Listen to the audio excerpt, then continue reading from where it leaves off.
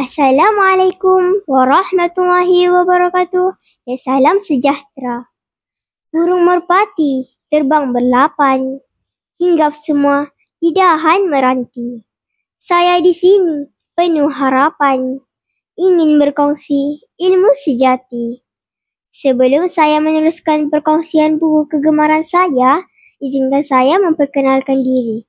Saya Alisha Zara binti Razali, berumur 11 tahun dan bersekolah di Sekolah Kebangsaan Kampung Suan Lamba, Kinabatangan, Sabah, XBA 2048. Pada masa lapang, saya gemar membaca buku. Saya gemar meneroka berbagai genre bahan bacaan untuk saya mendapatkan ilmu dan pengalaman. Pada hari ini, saya sangat teruja untuk berkongsi tentang buku kegemaran saya. Saya ada 3 buah buku kegemaran yang telah saya baca. Buku yang pertama, tajuknya ialah Rumah Tanpa Mama, hasil karya Ain Maisarah.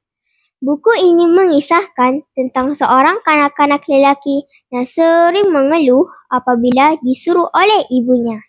Buku yang kedua pula ialah Kucing Paling Manja, hasil karya Ain Maisarah. Buku ini mengisahkan tentang seekor kucing yang bernama Miss Diva La Diva kerana merupakan seekor baka kucing yang sangat mahal dan dijaga dengan sangat rapi oleh pemiliknya. Diva tidak dibenarkan keluar dari rumah, bermain-main di rumput atau bergaul dengan kucing-kucing lain. Buku seterusnya, buku yang ketiga pula ialah Kucing Paling Garang, juga merupakan hasil karya Ain Maisarah. Buku ini mengisahkan tentang seekor kucing yang paling garang bernama Gargar. Pada awalnya, Gargar merupakan seekor kucing yang comel, baik, manja dan tidak cepat marah. Namun, pada suatu hari, Gargar telah keluar dari rumah dan dia telah sesat. Akibatnya, Gargar sering didera dan dipukul oleh orang-orang sehinggakan Gargar berubah menjadi seekor kucing yang amatlah garang. Saya sangat menggemari ketiga-tiga buku ini. Namun, pada hari ini, saya memilih buku yang bertajuk Rumah Tanpa Mama, hasil karya Ain Maisarah untuk saya kongsikan kepada anda semua. Buku ini diterbitkan oleh Komikau Imprint di bawah Bing Book Sendirian Berhad. Reka bentuk kulit dan ilustrasi buku ini pula dihasilkan oleh Hanimizm. Buku ini mengandungi 16 muka surat dan mempunyai gambar-gambar yang comel di setiap helaian muka suratnya. Saya gemar buku ini kerana buku ini menggunakan jenis huruf yang mudah dibaca serta gaya bahasa yang mudah difahami. Buku ini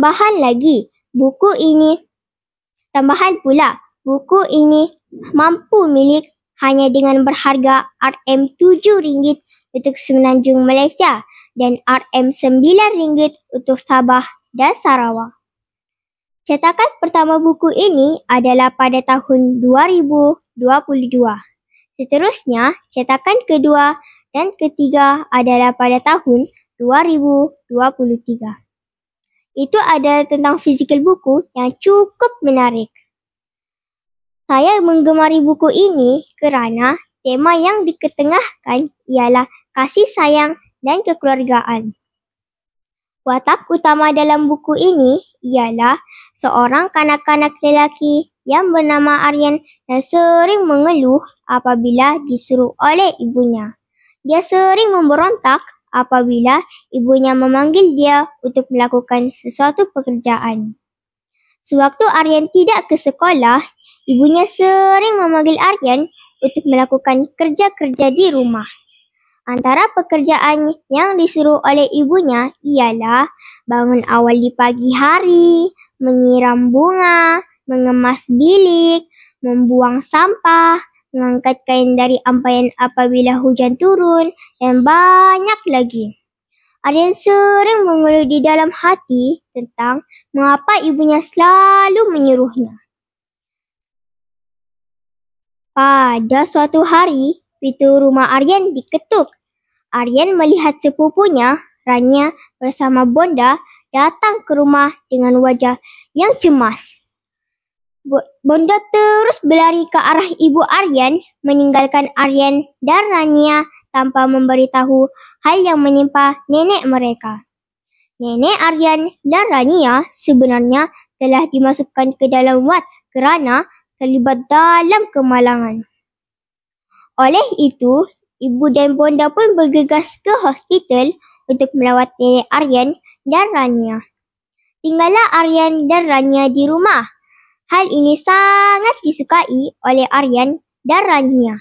Mereka bersorak keriangan dan tersenyum gembira kerana akhirnya mereka bebas untuk melakukan apa sahaja yang disukai mereka. Pelbagai rancangan yang difikirkan oleh Aryan dan Rania. Antaranya ialah makan makanan ringan sepuas-puasnya, menonton televisyen tanpa henti, dan memainkan lagu kesukaan mereka dengan kuat. Aryan memanggil jirannya, Sweet, untuk bersama-sama menonton televisyen dan makan makanan ringan sepuas-puasnya.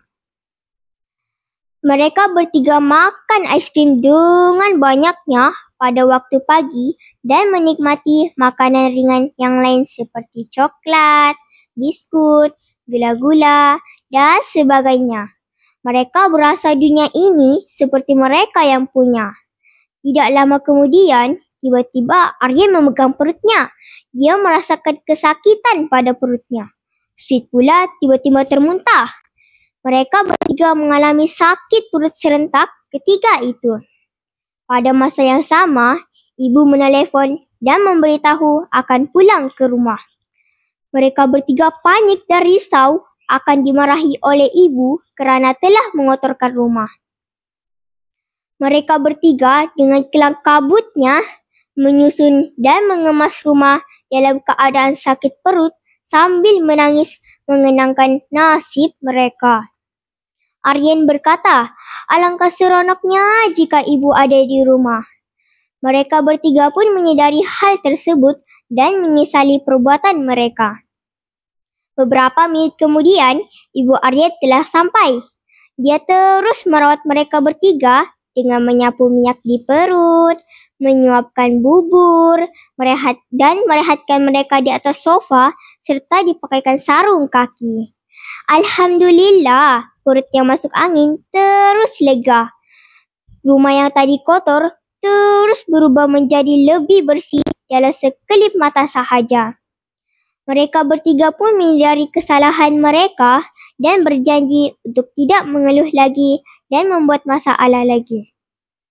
Berdasarkan pembacaan saya terhadap buku ini ialah saya dapat menyenaraikan pelbagai nilai murni dan pengajaran yang ingin disampaikan oleh penulis. Antara pengajarannya ialah kita mestilah taat kepada umi, ibu, mama atau apa sahaja gelaran yang digunakan kerana mereka lah yang mengandungkan kita selama 9 bulan. Mereka lah yang menjaga kita sejak kecil. Dan yang paling penting, mereka lah syurga kita. Ketahuilah, setiap perkara yang disuruh, diarahkan dan diminta adalah untuk kebaikan diri kita sendiri. Jika disuruh atau dipanggil, buatlah segera tanpa perlu banyak alasan. Selain itu, pengajaran daripada buku ini ialah kita mestilah sedar akan tanggungjawab kita untuk sentiasa mengamalkan nasihat ibu walaupun berjauhan. Ini kerana setiap pesannya adalah pegangan hidup yang perlu dijadikan pedoman. Ibu yang sentiasa menasihati kita ialah tanda dia sangat sayangkan kita.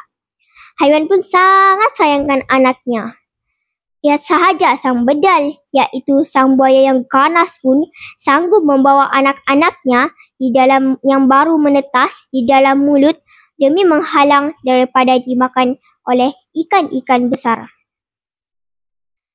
Kesimpulannya, buku cerita Rumah Tanpa Mama merupakan sebuah buku yang menyentuh hati dan syarat dengan nilai-nilai murni. Saya amat menyarankan kepada semua, terutamanya kanak-kanak, untuk membaca buku ini. Ceritanya yang ringkas tetapi cukup untuk memberi inspirasi dan membentuk pemikiran yang lebih matang dalam menjalani kehidupan sebagai seorang anak.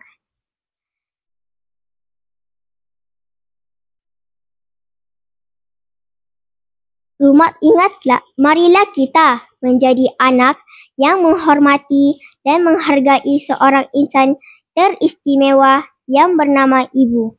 Ingatlah, rumah tanpa mama akan membawa derita, manakala rumah ada mama barulah selamat dan sejahtera.